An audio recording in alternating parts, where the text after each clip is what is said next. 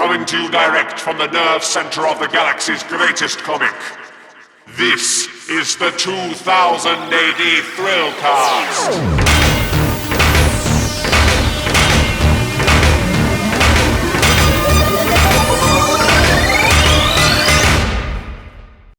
Borag Thung Earthlets, and welcome to a new episode of the 2000 AD Thrillcast. Apologies for our silence, our absence over the last few weeks, a combination of a few things. I went on holiday and then I got locked out of the account and then I got sick. So kind of a perfect storm that has kept us out of your ears over the past month or so.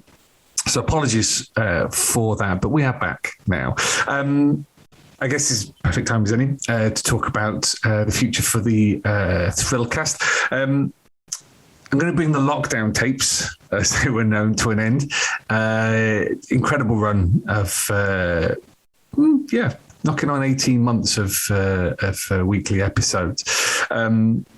Feedback on those was fantastic. Thank you so much, everyone who's really enjoyed those. We're going to go back to a fortnightly schedule, just because although the world isn't necessarily, there's still a pandemic on, it's not necessarily getting back to normal.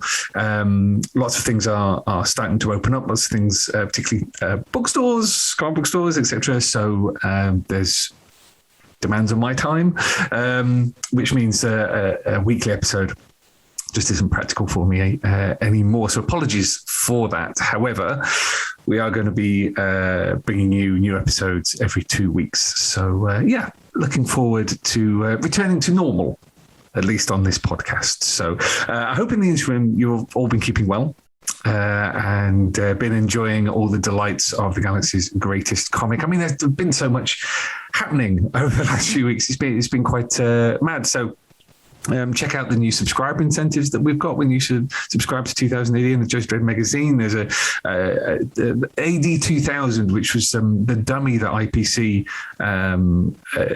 saw back in 1976 to green light Juvenile Paper 13, I think 2000 AD was called at the time.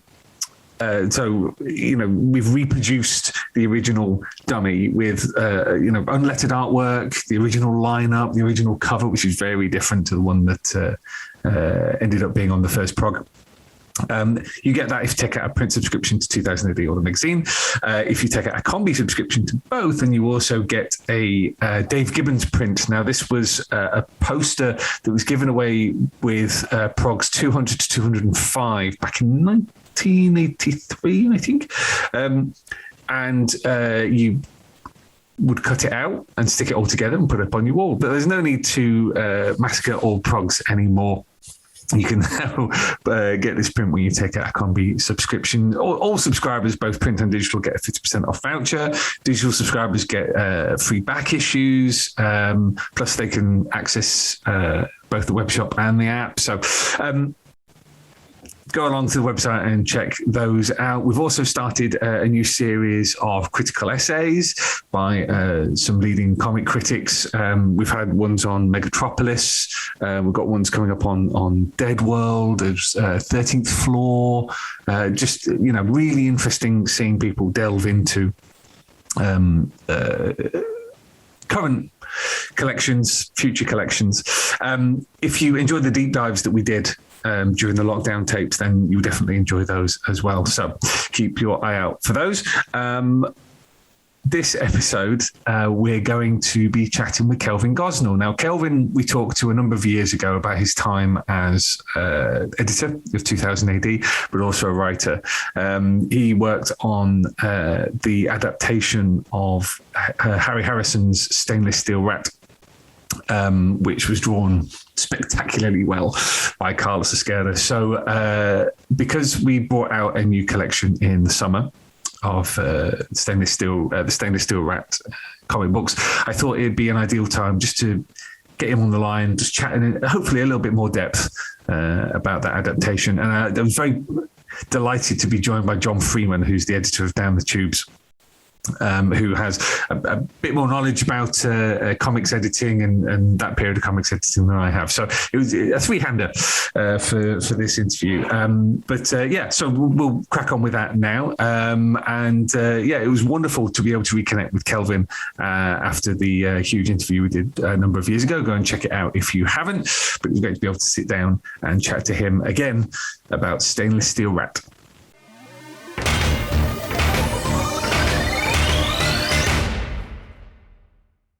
Thank you, first and foremost, to you, Kelvin, for agreeing to do this, and also to John for agreeing to help me talk to Kelvin. I hope so.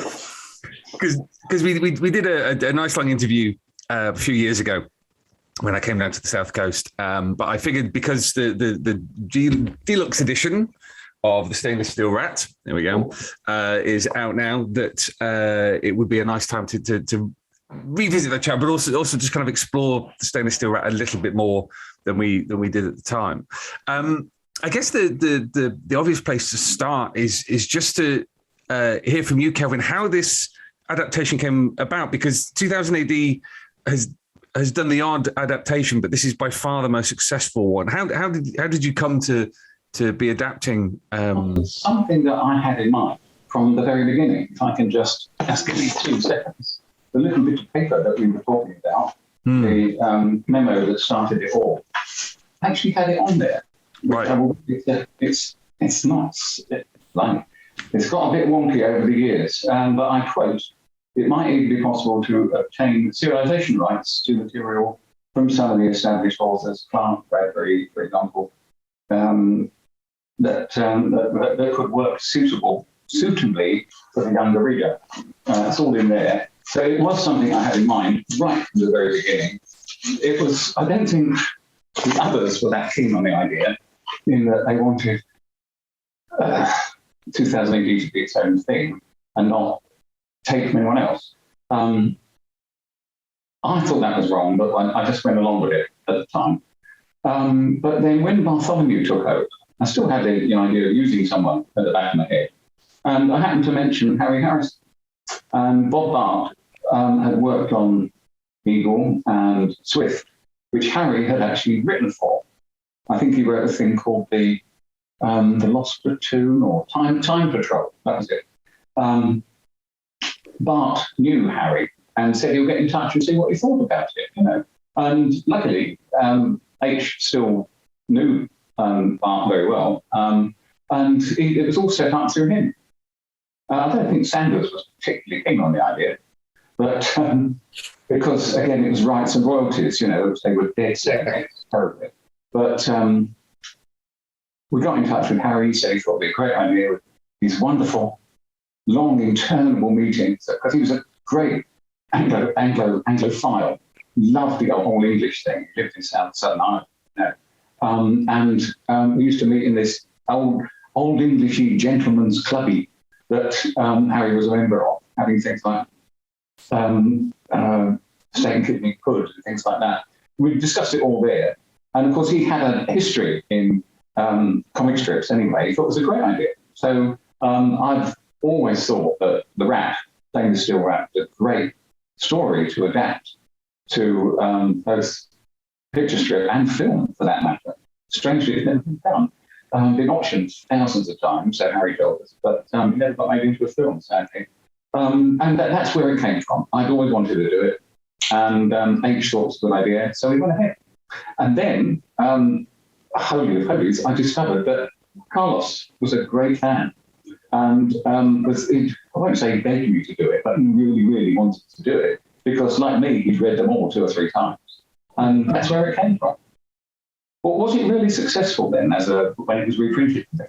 I mean, it's this edition has certainly done very, very well. So the special hardcover that we did has sold out twice, and the paperback's doing very well as well. So I'm really pleased. I'm pleased to hear that, because you get out of touch with things. As you know, I moved out of comics to all sorts of other bits of journalism and didn't follow what was happening.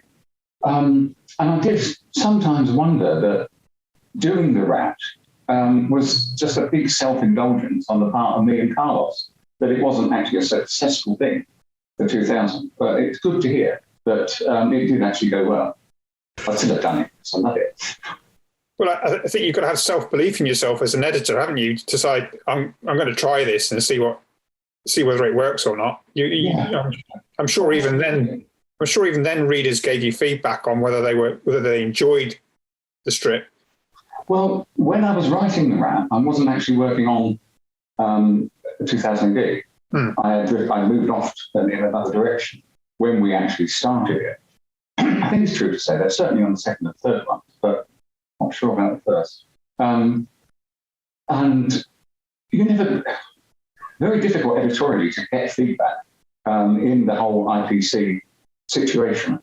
And other than occasional letters, which were very good in the early part, we very rarely saw a great deal of feedback coming through.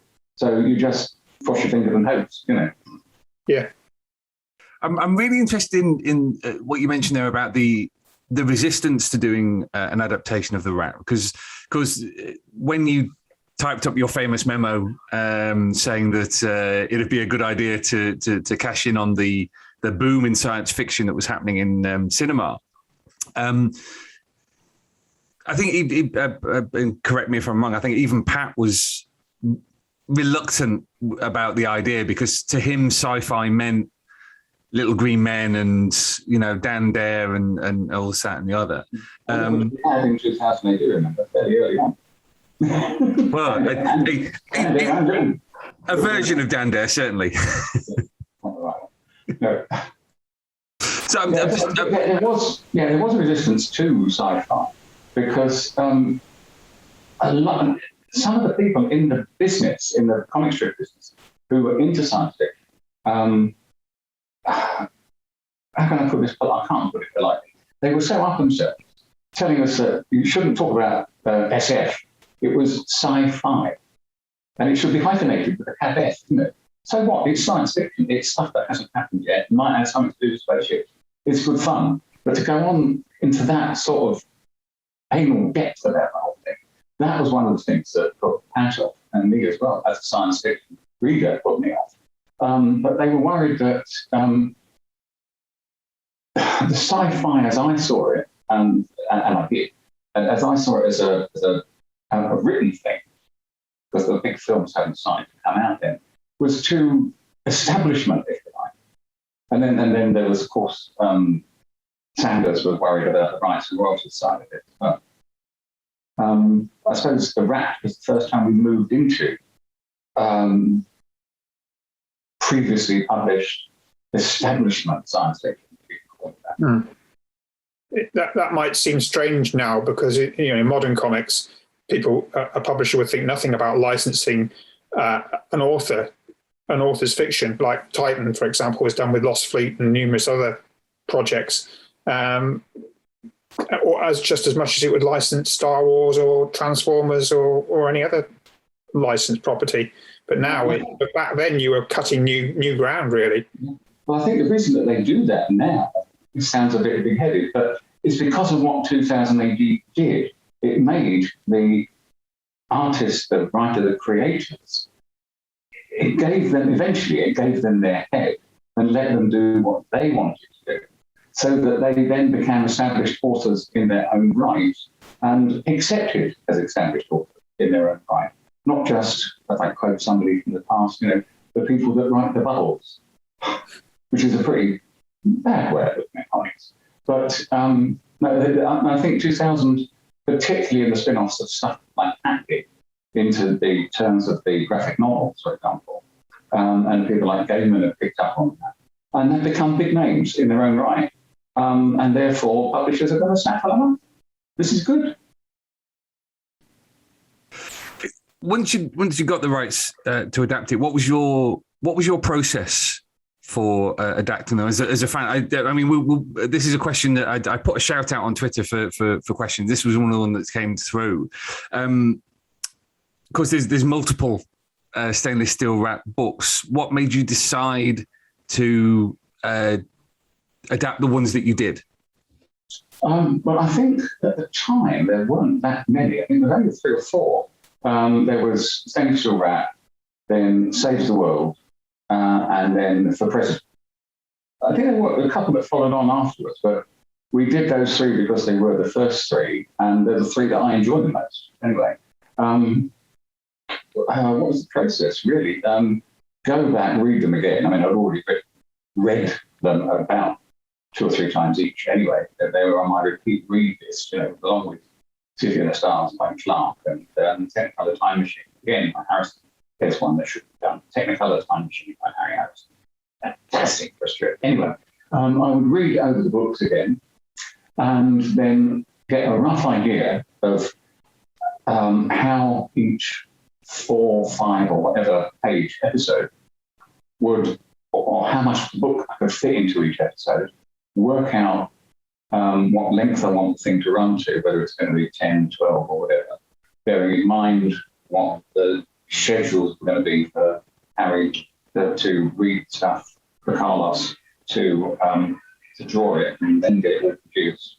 And then I would sit down and say, right, I've got chapters 1, 2 and 3 that are going to be the first episode.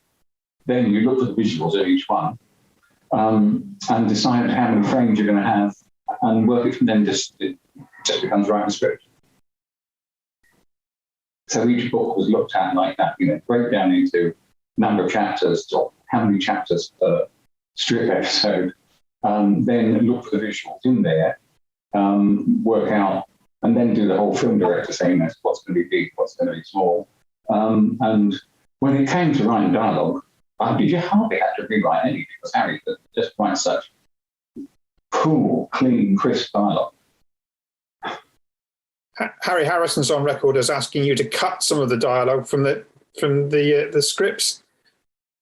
Was he? Yeah, he claimed that he told you to cut some of the dialogue back and stick and concentrate on the action, which is interesting. Perhaps because of his background doing the strips, the earlier strips that he did. It could be. Yeah, to be honest, I don't remember him saying that. He probably did, but this is maybe. Yeah, exactly. It's like when people ask me, we had lots of fun meetings, which often disappeared into a brandy bottle somewhere. So I may not have remembered it. But if you did, I probably did as well. That's one of the points of writing about script is to be able to cut down, almost do a newspaper style job for news on it. Not a features editor, a news editor, get it right down to the basics, and then go back over it again to make sure it's entertaining to read as well as getting the information across. So yeah, you have to study it down pretty hard. Yeah, I still work to if I'm writing something, I still work to that word count in word balloons. No more than 25 at the very most. Yeah, but be prepared to throw it out sometimes. Yes, exactly. Yeah, that's why I quite like seeing the artwork when it comes in, and you can cut the dialogue back again because an artist like Carlos Esquerra has told the story in visually, so you don't need the word balloons necessarily. No. Unless you're working a gag with the words, like the Carlos thing behind me, the spread of the waterworks from the Strontium Dog thing, where John Wagner works in, is it Gershwin musical? Is it right? The song? Oh, What a Beautiful Morning. And the whole spread is about singing that song. So occasionally you have to let the words take over. But even then, Carlos does a great job, I wanted to ask about Carlos because his work on this. By the time Stainless Steel Rat came around, he's kind of at the height of his powers. This is the period where we're leading up to his return to Judge Dredd and the Apocalypse War and strips like that. He was a busy guy. Yeah, but as you say. He was a Harrison fan. So was it a case of, oh, absolutely, I'm gonna do this regardless, or was there a bit of kind of negotiation that had to take place? I think of it as the former. I never had to persuade him to do it because he so desperately wanted to do it. He loved the character. He liked all the guys writing. And that's, again, as I say, that's how I remember it. Carlos wanted to do it. It got done. I think that may have caused a little bit of friction. Is that the right word? Probably not. With other writers, because they felt their stuff, like say the Judge or something else, should have been done by Carlos while he was fiddling about with this stuff that they didn't think ought to be in the strip. There may have been some friction there caused like that. I certainly thought there was at the time, but Carlos wanted to do it, I wanted to do it, and it was felt a good thing to do, so it got done.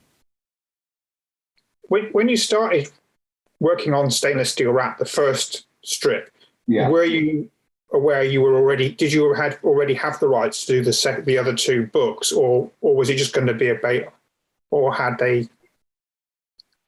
did they sort of like hedge their bets? To be honest, John, I don't know, because that would have been dealt with on the Bob Bartholomew and John Sanders level, together with the IPC lawyer, who was curiously known as Perry Mason. Believe it or not, he really was Peter Mason, and Sanders always referred to me as Perry Mason, the lawyer. And that was all done at their level, and you never got to hear anything like that. Even if you asked, you weren't told. You never got an answer. Yeah. So they may have taken an option on all the books, or it might have just been a free and easy gentleman's agreement, which is the sort of thing that Harry would do. You can have the ads if you want. As long as you got paid when it was sorted out, then you should get paid anyway. Okay. And in terms of the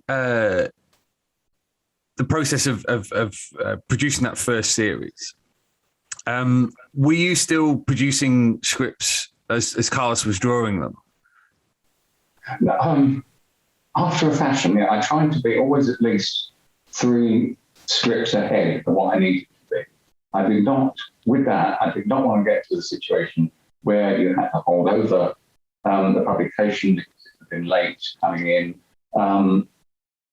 I've been trying to do that in 2008 at the very beginning, because I felt, as do others, that it was important to have one artist, the same artist, write a drawing the same thing all the way through. And I really wanted that to happen with the Rat, because I could see eventually it would start to be things like the collected books, which Rebellion had just done. There's something I had in mind to do all the way through. But again, persuading the management that that's a good idea was just not going to work. But no, I always tried to be at least 3 scripts, if not more, ahead. I'd like to have been able to have the whole. They tended to work out about 12 episodes, didn't they? And the whole 12 script for the whole 12 ready. Get 6 of them in before you start to publish. Whereas it was virtually hand to mouth, week by week for most of the other ones. And we got bloody nightmare sometimes. Yeah.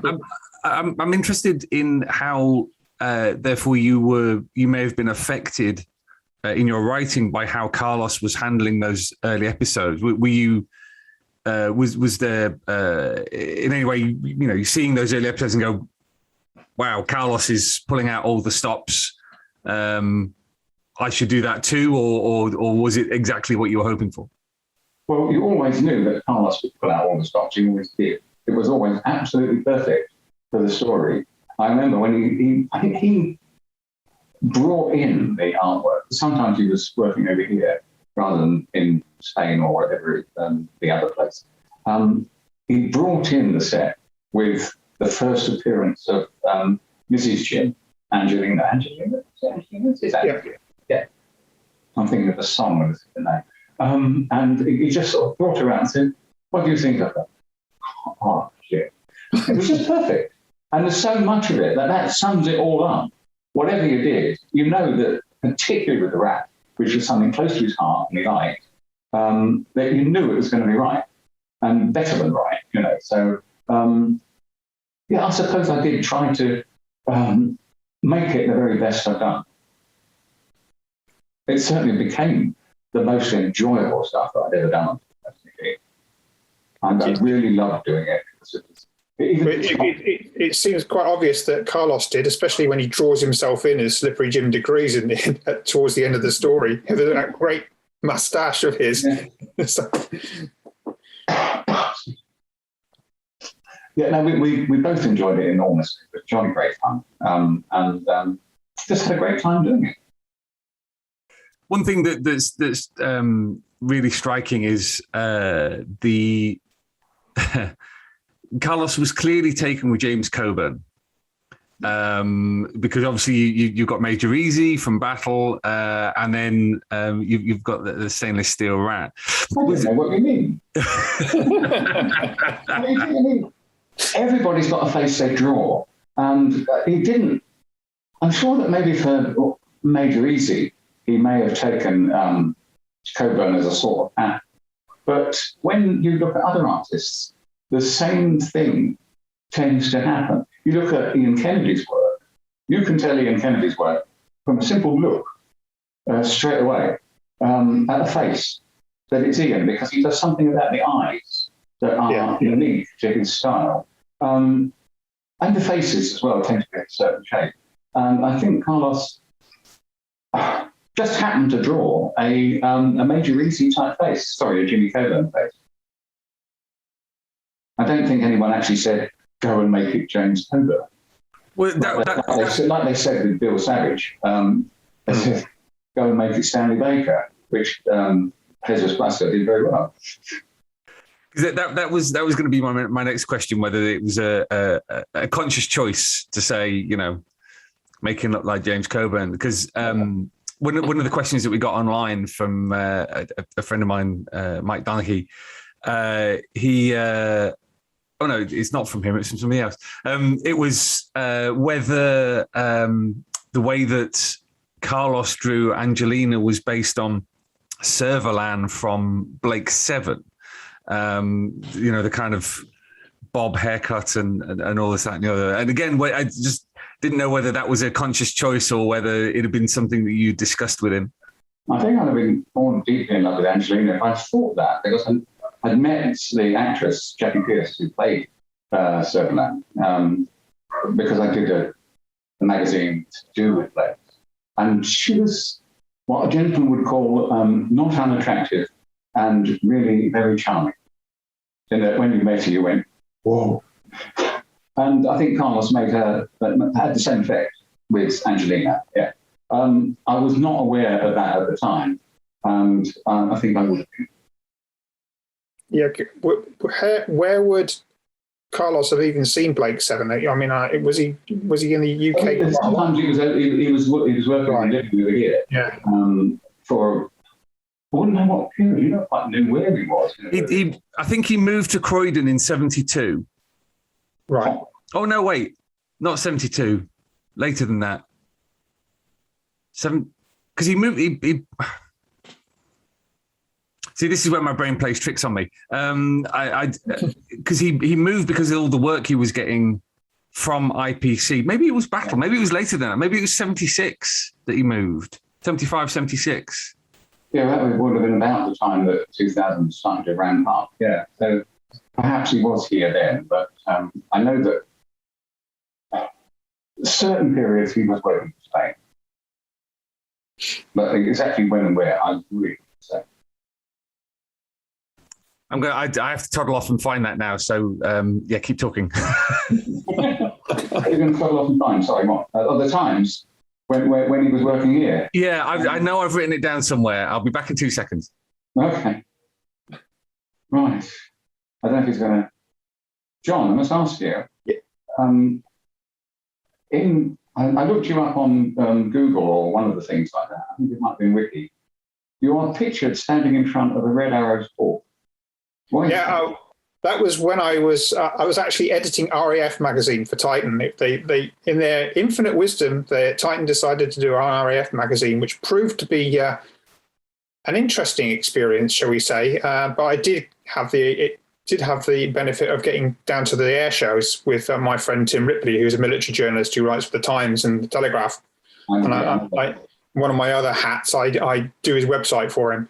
So we were treated to a lunch in the BAE Systems tent, which was, I have to say, was an amazing experience. You know, an eye-opening in terms of what. Which gig was that? Which show? Was it one of the big shows? Yeah, the one. Oh gosh, you talk about memories, but it was down towards the south. The really big one. That's IAT, the International Theatre in Greenham Common. Well, it used to be Greenham Common, then became Fairford. Yeah, that's it. That's the one. Yeah. Probably what I went to as a guest at Lockie. So I used to work for James, the James Defence Weekly and all that. And we got drafted. Tim wrote for James as well. He's written very. Yeah. You're an Airfix modeler. Did you ever come across the Airfix Modelers Club in Valiant? Yeah. How on earth did Dick Emery become the president of the Airfix Modelers Club? He didn't. I was him. So you became president of the Airfix Modelers Club because he had a heart attack. And the only way they could keep him to sit still was to give him Airfix models to make. And the president of Airfix, I forget his name now, he got to hear of this. And then he came to IBC and said, let's start an Airfix Modelers Club in whatever comic you want. They said Valiant. And let's have Dick Emery as the president thereof. And all he did was a couple of photo shoots with a couple of headshots. And it was down to mugging the sub every week. Hello, chums, It was good fun, though. Again, I got some interesting gigs out of it. Aerobatics in the time off. And all sorts of other stuff as well. But that was great fun doing that. Getting paid. Well, I didn't actually get paid until it moved to Battle, which is a different comic. But it was great fun doing that. So I'm sorry to interrupt on this. That's an exclusive. That is. I'm going to tell. There's my Down the Tubes contributor Jeremy Briggs, who is very engaged with Constant Modeler, the Airfix magazine, will be delighted to hear that Kelvin Gosnell was really Dick Emery.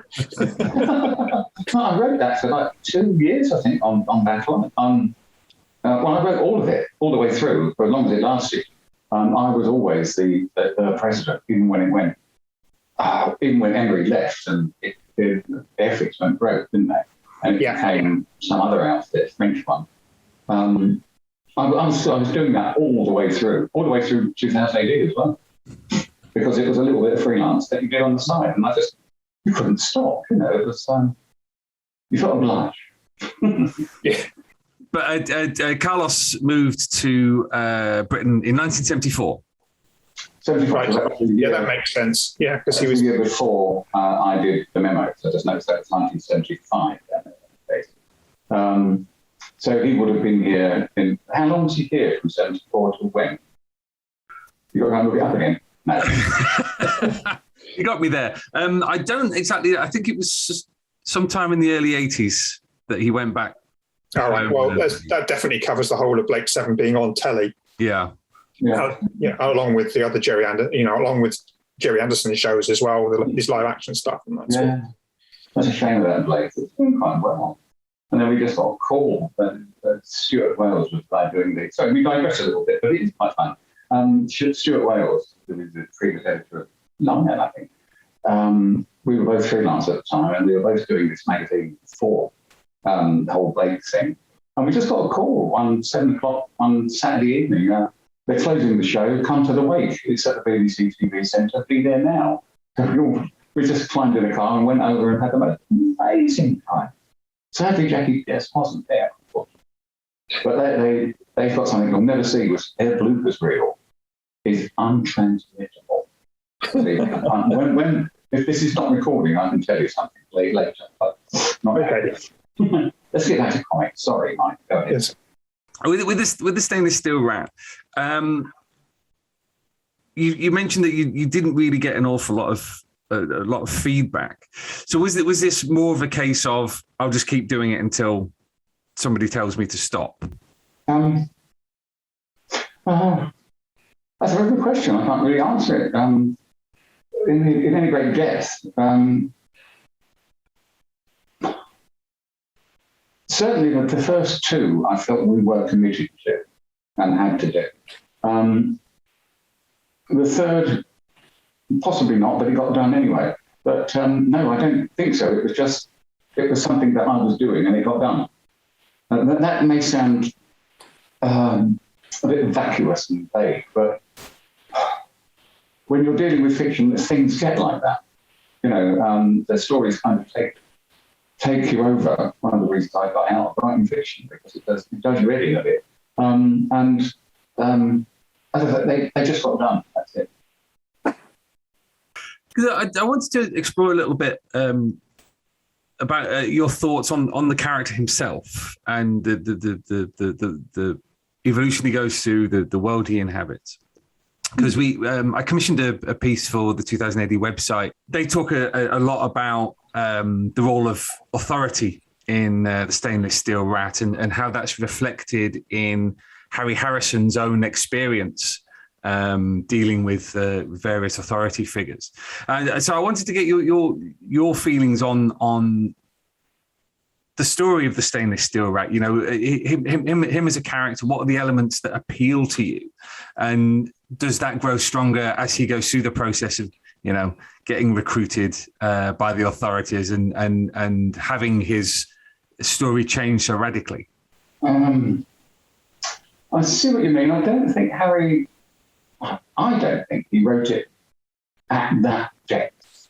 That element was certainly there, is in there with virtually everything that Harry did. You look at the one I mentioned earlier, the soldier one, name's gone. Build a Galactic Hero. You look at that, and that's kind of the same story running through it. But I don't think Harry set out to write didactically at that level, but his character came through like that. And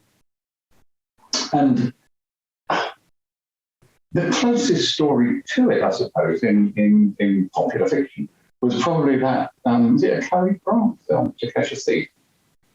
Yeah. It might have been Cary Grant, I'm not sure. Could have been Bob Wagner or someone like that.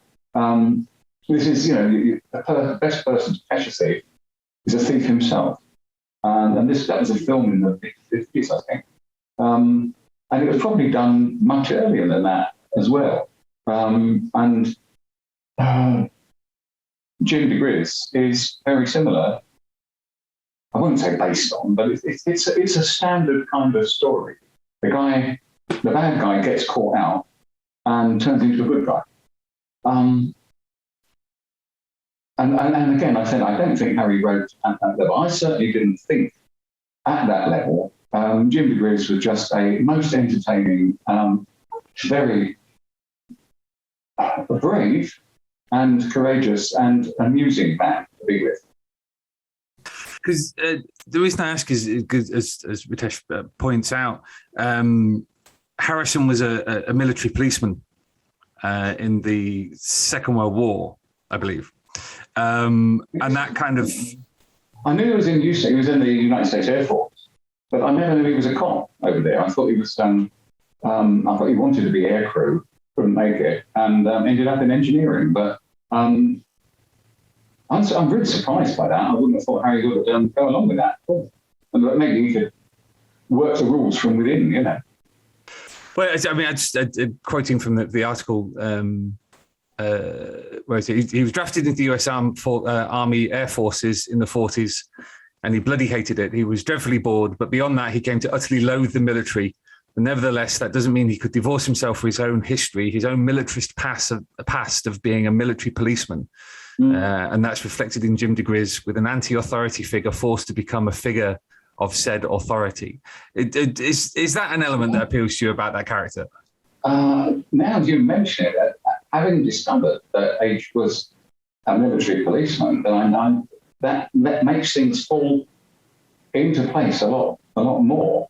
I'm going to have to go back and read the same Build a Galactic Hero again. Already read it 3 times, but because there's a character in there called Deathwish Drang. Have you read it? Do you know the story? You must read it. I haven't read it. I've read the novels, but not Build the Galactic Hero, unfortunately. Oh, do so. It is wonderful. Build the Galactic Hero and the other one, Technicolor Time Machine. Absolutely classic science fiction and no sense. That's a cracker. Yeah, but it would make a great strip, wouldn't it? Yes. Yeah, it would. But in Build a Galactic Hero, there is this sergeant character who does all the recruiting, who is the archetypal military man. And he's called Deathwish because he's had implanted into his face 2 huge tusks that come up like this that he uses to terrify recruits and make them join. Don't ask me. Typical Harry. The major recruiting officer goes around terrifying people to make them join up. And now you tell me Harry used to be a military cop, then it all starts to make sense. Yeah. You mentioned To Catch a Thief. The other thing that there's a sort of echo of Our Man Flint, the 2 spy films from the 1960s in the character as well. Perhaps where he's certain that Our Man Flint's not quite the same type of character, where there's that kind of feel to him, and certainly the actor, there's that. I got that impression. I was wondering, in terms of you pushed this idea of adapting science fiction for 2000 AD with a strong character like Our Man Flint. A character like the Stainless Steel Rat. Were there other characters that you looked at from science fiction that you were also considering at the time to try this idea out? Not really, because Slippery Jim was the character to do it with. But, for it. None of the others had all the elements that you need: the action, the fun, the humour, and the really good stories and visuals, all mixed together. You can look at, let's think, well, my favourite stories, 2 of my favourite science fiction stories are The City and the Stars by Arthur Clarke, and that's got the visuals and half a character. The other one, let's say, The End of Eternity by Asimov, that's got a fantastic plot, but the characters are rather flat. You could go on and on and on, running all the way through various bits of science fiction and or fantasy, and you wouldn't find anything as integrated and perfectly made for strip work as you would with diGriz. And certainly for 2000 AD, which its strength has always been its strong characters, either male or female, and that's why, to my mind, that's the success of 2000 AD, and Stainless Steel Rat fitted perfectly into that. Yeah, I mean, as I said, when showing and quoting from the original memo earlier, that there would be some Clark that we could maybe do, or some Asimov. That was wrong. That wouldn't have worked. You might have got future shocks out of a couple of them in short stories, but both of them, their greatest work, I think, like with Clark, was The City and the Stars. And it is one of the greatest works of science fiction ever done, but it is unfilmable. They bought options on it over and over again. They can't do it because it doesn't lend itself visually to making, most directors feel it doesn't. I still think it could, but it would probably be one of those things that cost $10 billion and be a complete box office flop. It's curious to me that Stainless Steel Rat made it into comics thanks to your work and Carlos's, but hasn't made it to the big screen, although it has, as you say, been optioned. I mean, I think Jan de Bont was attached at one time as director to a Stainless Steel Rat project. And, of course, Alex Cox did manage to bring Build the Galactic Hero to the big screen as a sort of largest student film, which he funded through crowdfunding. But it's curious that it hasn't made it. No, Harry was very laid back, if not cynical, about the whole thing. He said he regarded the optioning of Slippery Jim, the Stainless Steel Rat, for movies, the constant buying of options to make the film, as a separate revenue stream. They would pay for the rights, and then they'd hold endless meetings and studies, and their mates would earn lots of money doing studies about this, that, the other, and then had more meetings, and they wouldn't get made. But he'd still get his optioning thing. So he said he thought it was a separate revenue stream, So there was a certain cynicism about that, because he knew, like us, that Jim was a great character that worked brilliantly, as I now learn, in picture script, and would work fantastically in film. But especially now, be so desperately easy to make.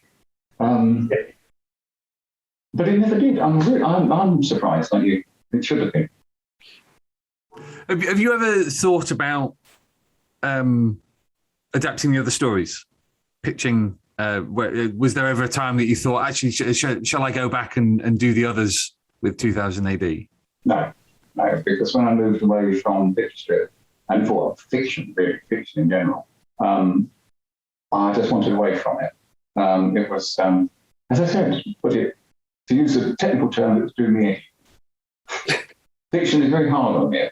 It does, it gets to your character and it can be very hard, and it wasn't right for me. So I moved up into general different types of journalism. The only thing that does do that is something that John might have something to say about. Because I really do think that Dan Dare has been redone properly and should be thought about being done properly now. But that's the only thing that might get me to think about writing fiction again. But no, I wouldn't. Even for Slippery Jim, I think it's like 40 Towers. He knew when he'd done enough and he stopped. And I think Jim at 3 is enough. Stop. But Dan Dare, that's a different matter. Well, we could be here all day talking about whether you can revive Dan Dare. I mean, 2000 AD's tried it. I've done it. It can work. Unfortunately, the core audience for Dan Dare is increasingly of an older generation, and we haven't been able to grab a younger audience to introduce them to the character. Unfortunately, which is sad. Yeah, we must talk about that. We're crowding it up to something else. There's angles that haven't been thought of, I'm sure, and could be done. So another time, perhaps. Yeah, we must talk. Yeah. One of the questions that came through on Twitter from Alan Harvey was, as Harry Harrison used to be a comic artist back in the 1950s, was there any thought given to perhaps him doing a guest cover or a pin-up to go alongside the strip? No, because to be absolutely honest, I don't think any of us knew that he was an artist. We knew him as a writer, which is what he did for the British comics like Swift and possibly Eagle, I'm not sure, but certainly Swift. And of course, being so well known as a novelist, I didn't know until you just told me that he used to draw as well. I can see how he would, now you mention it, but and he never mentioned it either when we met. If we'd known, then certainly we would have asked him, just for the fun of it, because we know that whatever you get, it would be fun. It would be good. What did he draw then? You tell. I'm just checking. We're going to talk about airplanes again while you check. Yes, the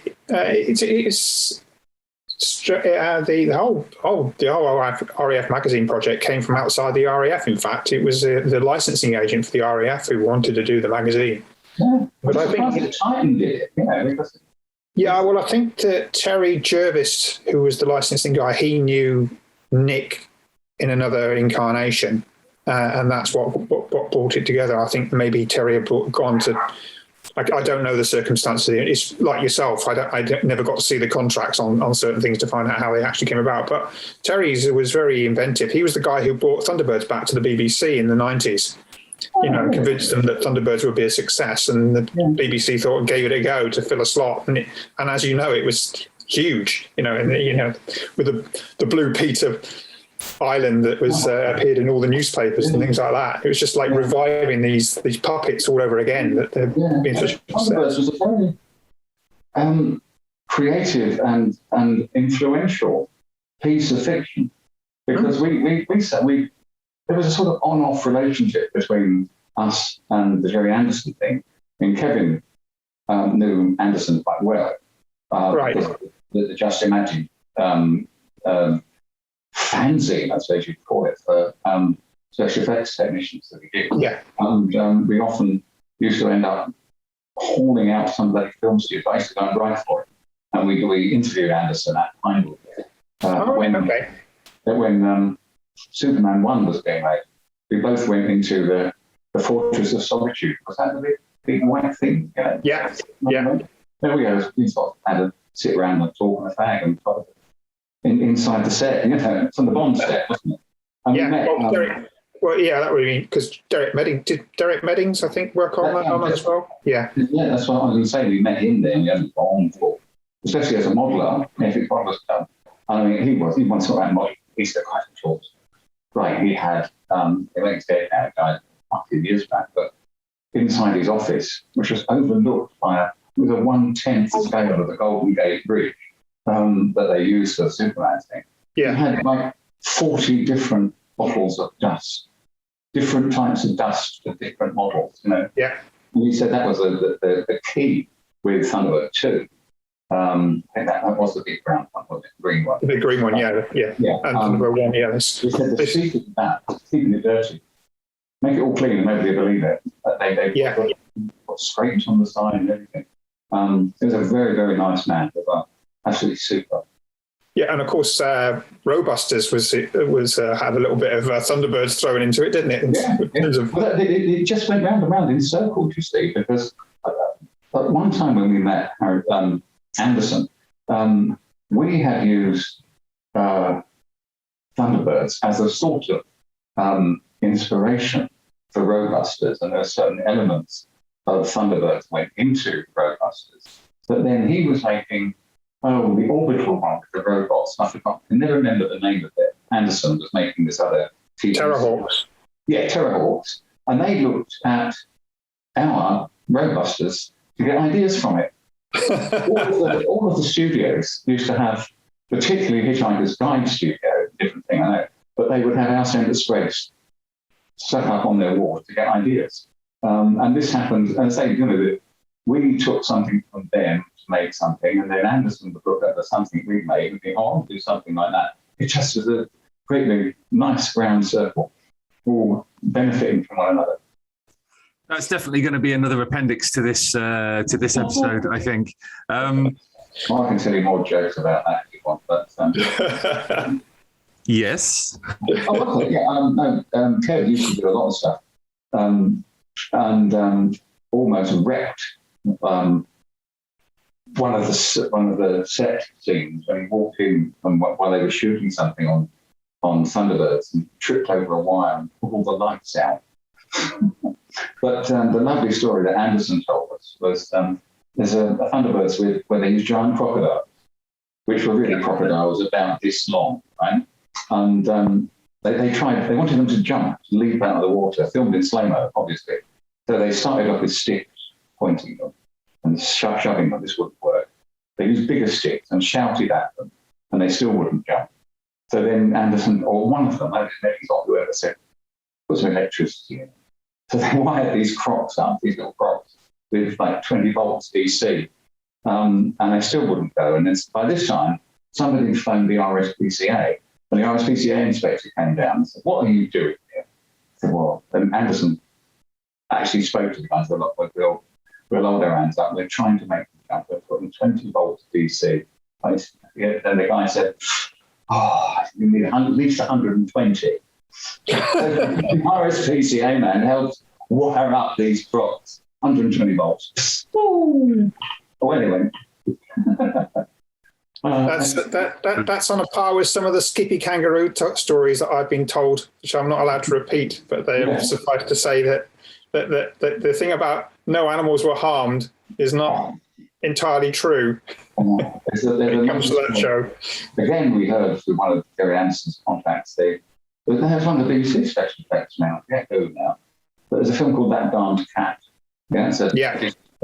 Where the opening shot has a cat jumping, so it's an upshot, straight up, and the cat flies across like that. And they tried everything to make this cat do it. It's a longer story that was borrowed from someone.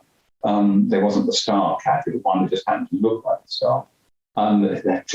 Films and animals do not get on.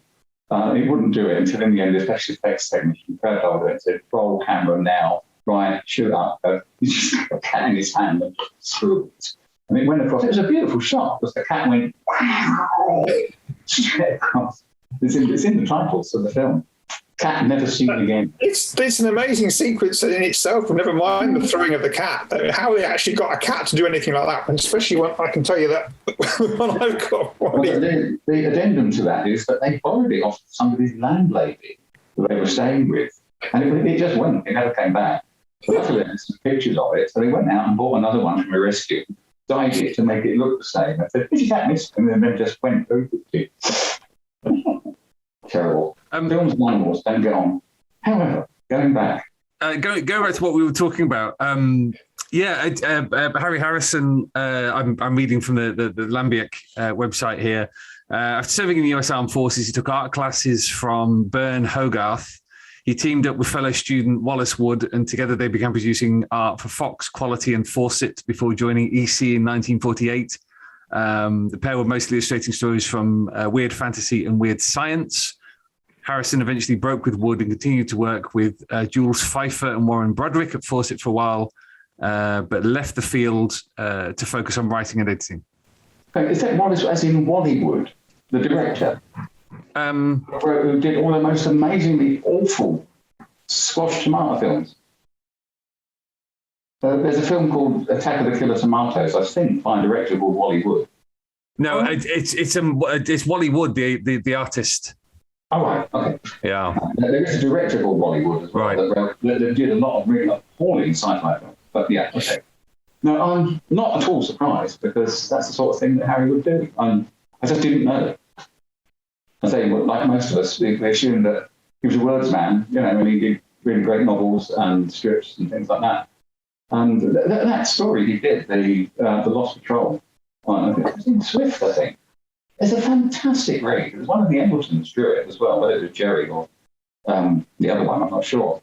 Ron or Gerry. I think it might have been Ron. And it's a fantastic story. Elements of Technicolor Time Machine in it as well. So it's a World War II, not a tank landing craft, the other one, an infantry landing craft that gets lost in time and keeps washing up in different conflict situations. Originally written by Willie Patterson, who of course is better known for working with Sid Jordan on Jeff Hawke. Oh, really? Yeah, so he kicked him off. It's one of his early works. Well, I'm pretty sure Harry did some of it, though, didn't he? Yeah, no, I've no doubt of it. It's like Michael Moorcock working on on stuff as well.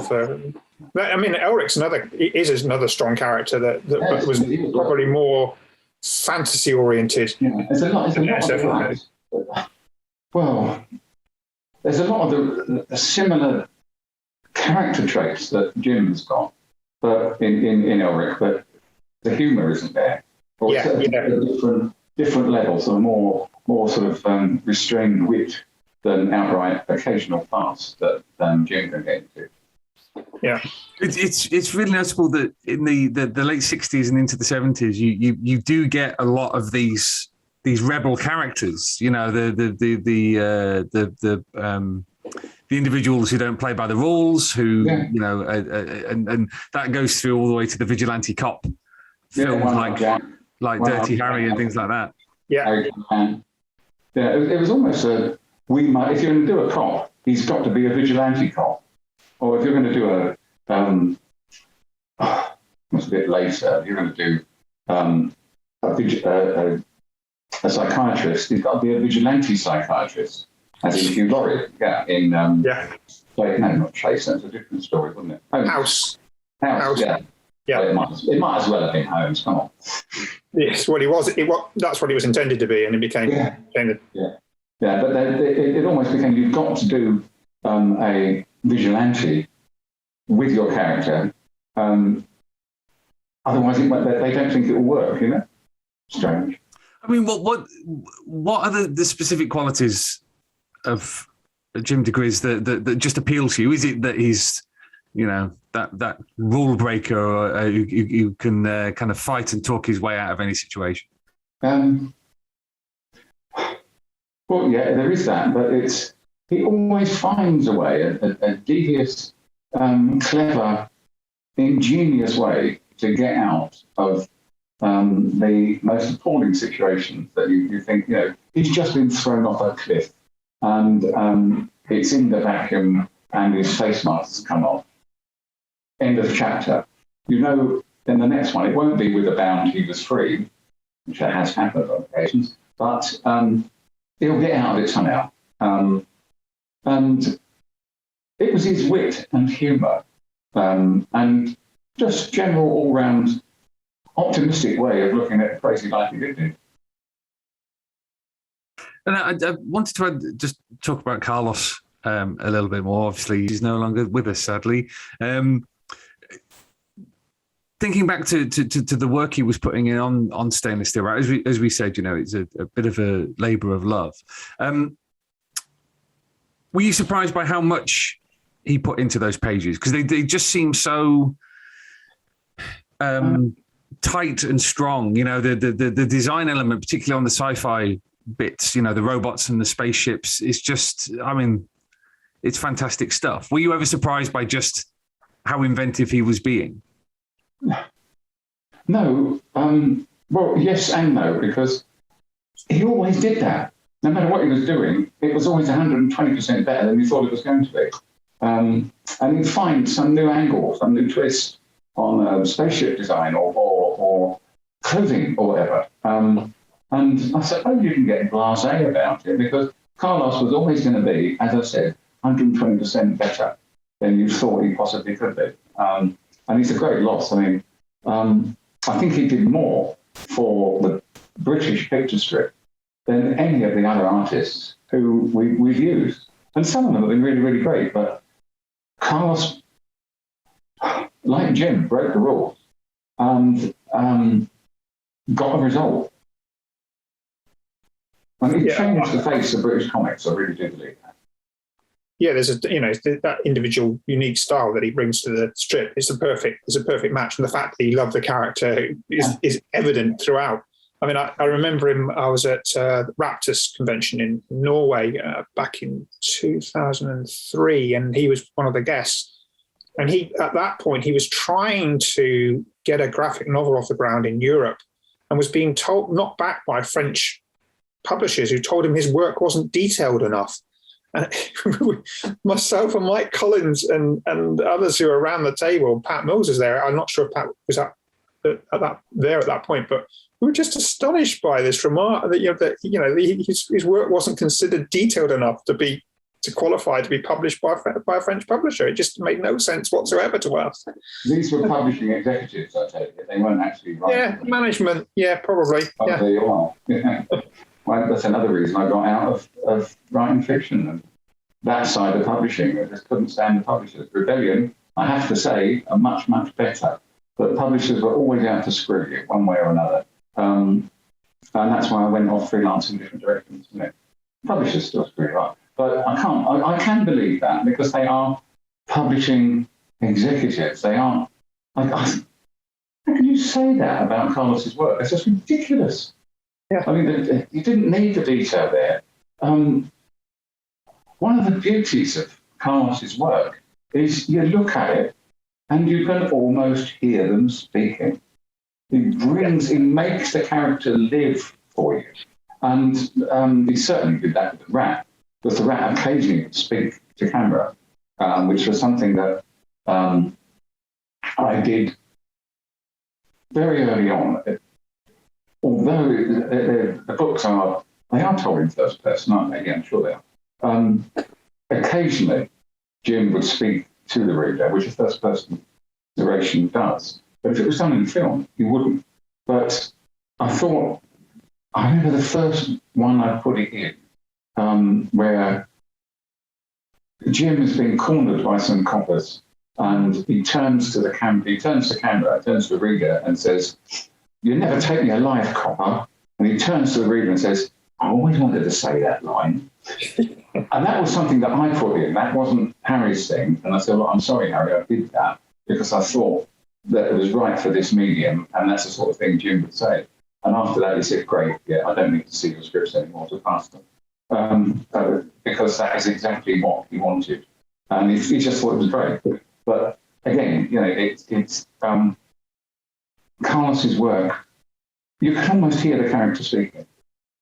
Yeah, that goes back to what I was saying about the fact that when you got having written the script, once you got the pages back, you've got that opportunity to rework the dialogue, because you don't need some of the dialogue because Carlos is using the visual to tell the story.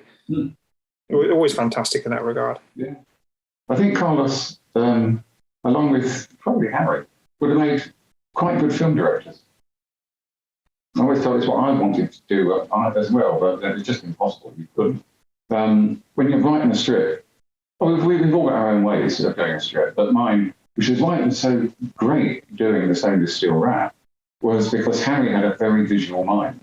It was almost, I remember the first story I wrote was a thing called the Suicide Club for Pat Mills on Action.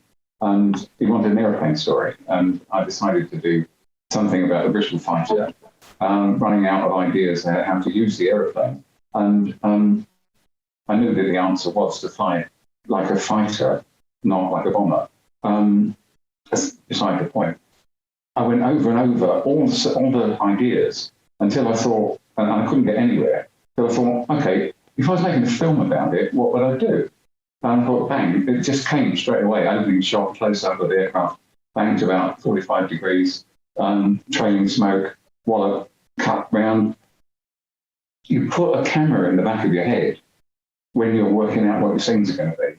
And I always did that, and I've still got a visual mind. I do artwork of my own as well, just for fun. Harry, as I now know, was a professional artist. And that was my way of doing a story. I think like you're making a film.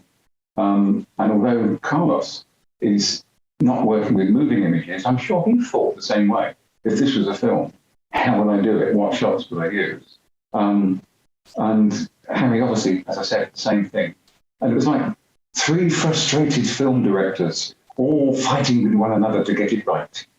But it worked. It's lovely to hear it did.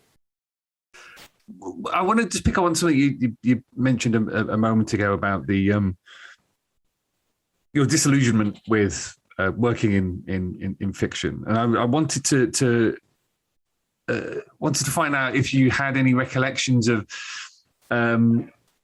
considering that you had been editorial previously, what your relationship was like with the editorial teams you took over after you on 2000 AD when you were working on Stainless Steel Rat? Well, the answer to that is Mr. McManus. Steve was my contact. I had very little contact, if at all, with the editorial teams there. If I wanted to do something for 2000, I'd get in touch with Steve and say, I want to do this. Is it what you have in mind? And he'd either say yes or no, and I'd do it. But I didn't have big time contact with anyone there. No, it's interesting that you did 3 series of this. As far as I'm aware, it was popular at the time. But it's so fascinating that it happened. And then it's never really been replicated again. And like I said, 2000 AD have done the odd little adaptation here and there, but not to any great degree of success. It seems to be, I don't know, what's the quality about this that ensured that it worked where others haven't, do you think? I think actually what we were discussing earlier, the character of Jim diGriz and his worlds and time and everything is just perfect for picture strip. It's terribly, terribly visual. The wit and the humour make it much more enjoyable than a straightforward bang bang shoot 'em up Star Wars type thing. And the character was just right. I'd say with the exception of some other Harry Harrison books, I really can't think of any standard characters in the world of big time science fiction which would actually work. I mean, if you look at Asimov and the Foundation series, that's quite aside from being an N volume work, I think there's about 7 or 8 of them. The main character running through it would not stand up a story. The only one that might was the robot. whose name escapes me. From Caves of Steel. Yeah. The robot detective. Yeah. Well, they've done they did try, didn't it? Was it with Will Smith off the top of my head? Yeah. No, didn't work. What was the robot's name? Because he's in virtually everything that Asimov wrote. He was in Caves of Steel, which was the first one, the robot story. Yeah? It was a cop, robot cop.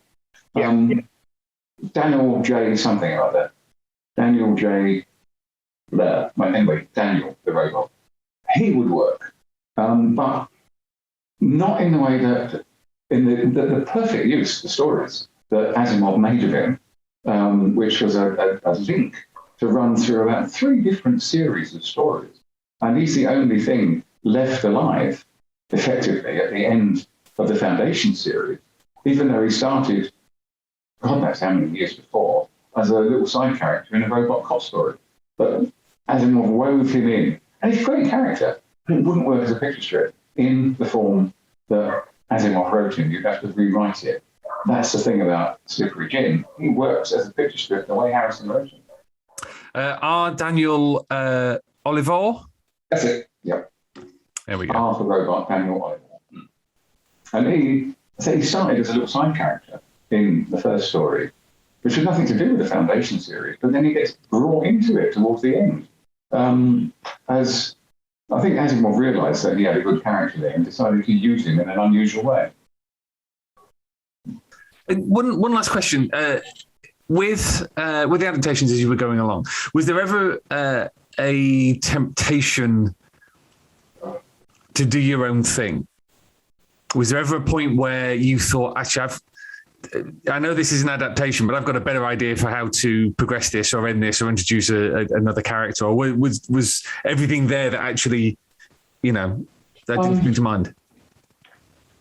No, that never came into it. If I had that idea, no, I was doing the stories as Harrison wrote them. I didn't want to rewrite them. I occasionally had to leave stuff out or take in a little something else to get over the fact of dropping about three chapters. But in answer to your primary question, no, because that wasn't what I was doing. And it just wouldn't have been right. I'm there to do the Harry Harrison story, and it works perfectly. If it had been Daniel Oliver, the robot character from Asimov, then he would have to do something differently because it didn't fit the picture strip. But Jim diGriz fitted perfectly the picture strip, so let's do it like that. John, is there anything else you wanted to touch on or ask? No, I don't think so. I think we've covered a heck of a lot of ground. I mean, it's just a testament to the strip that we're discussing it so many years on, because and the success of the collection is fantastic to hear. I can't say I'm surprised because, as I said earlier in the interview, it's one of those. It's a strong character, and again, 2000 AD's strength has always been strong characters. From Judge Dredd, Stainless Steel Rat, and he just fitted right in with the comic as it was then, and you would go on to have for example, Robo Hunter, which is possibly the character that's most like Slippery Jim diGriz. Continuing later on, so it's always been the strength of 2080, and it's great that it was part of it. It's just a shame, though. I mean, I appreciate what you're saying, that it's difficult to find other science fiction novels to adapt, but I think it is a bit of a shame that there hasn't been more attempts to do that. But we're lucky to have what we have. Well, yeah, I think just come back to what Kelvin was saying, that with a lot of the classic sci-fi, it's high concept, The idea is the primary character, and the actual characters carry that with them. Whereas this and a few select others, the character comes first. Yeah, I mean, for example, there's no reason why you couldn't do Doc Smith's Lensman characters, but you'd have to go back to reworking them for the audience of the day, because they were written at a time, they were banged out in the 1950s for 1 cent a word, and the characters, even when stainless steel rat was appearing in 2000 AD, the world had moved on and culture had changed. But the great thing about stainless steel rat was it's perfect for that particular time. You know? Yeah. Well, as I said earlier, talking about like classic sci-fi, I'd love to have seen City of Stars done, because that's a mind-affecting novel. It really makes you think. It drags you out and think, is this what mankind is meant for? It's also a very exciting story as well. But if you look at more recent work, the much lamented Ian M. Banks and his culture novels, they would, I guess they probably could be made into films. But so much of it is intellectual thought stuff. There's not a great deal of action. He has great characters, brilliant characters. How can you not love a robot missile thing, which is really a sort of minder who's looking after one of the characters? It's a little box about this wide, that tall, which follows its mistress, who it calls Toots, all the way around. And its idea of fun is to go bird watching in the evening. How can you not love a character like that? But visually, it's not going to work. They bring that visual element in. Yeah, I think with Banks's stuff, it's more the influence it's had on other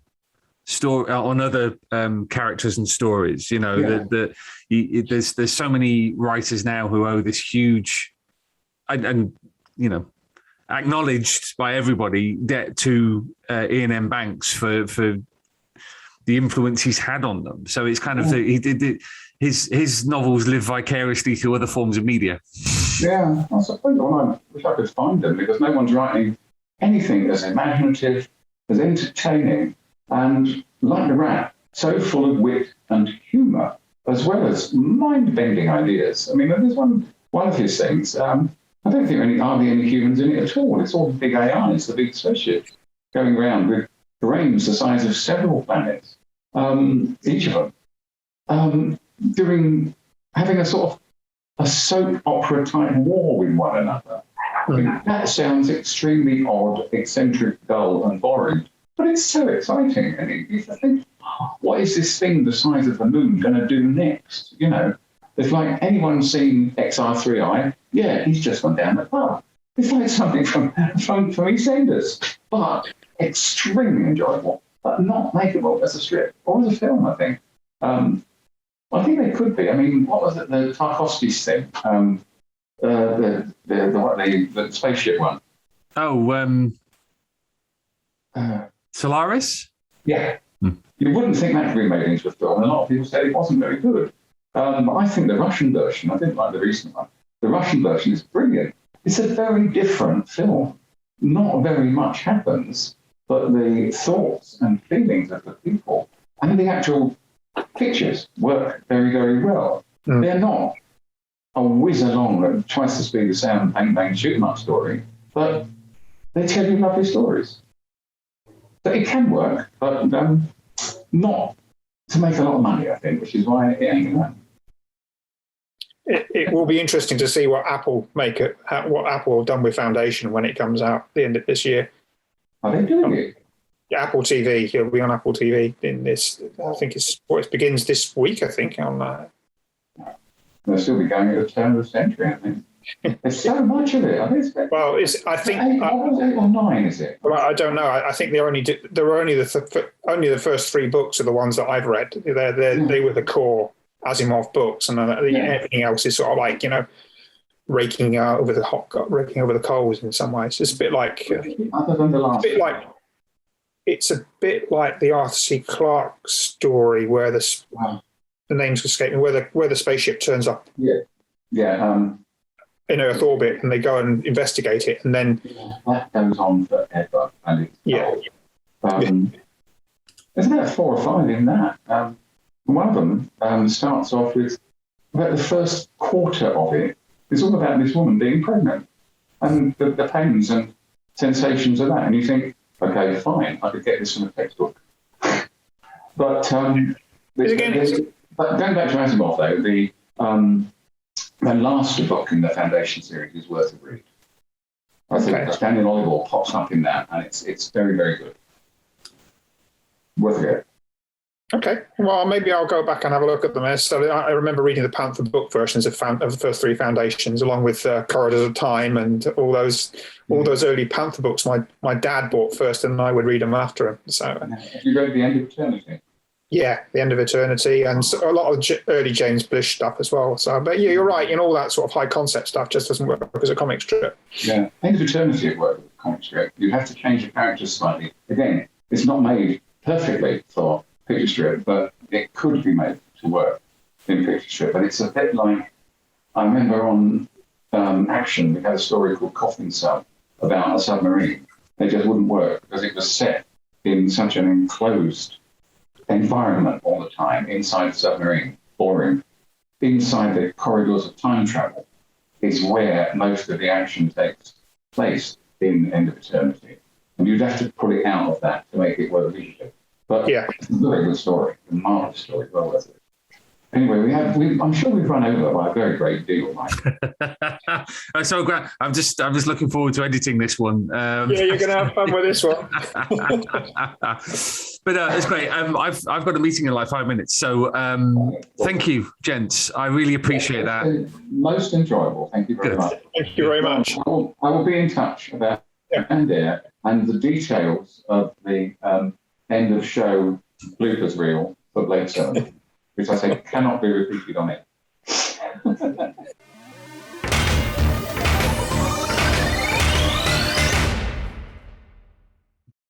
Well, thank you so much to John and to Kelvin for a nice little chat about the stainless steel rat. We're going to be back in 2 weeks, so I promise. So make sure you tune in for that. Don't forget, if you've not subscribed to the 2000 AD newsletter, then you are missing out. Go along to 2000ad.com/newsletter. Also, the Treasury of British Comics, which is our imprint based on the IPC archive. So all the stablemates of 2000 AD and 100 years of comic book publishing. That has its own email bulletin that goes out every month now. So go along to treasuryofbritishcomics.com/newsletter to have a look at that. So as I said, we'll see you in a fortnight. Earthlets, definitely promise there will be here. So until then, Splendid Verthrig.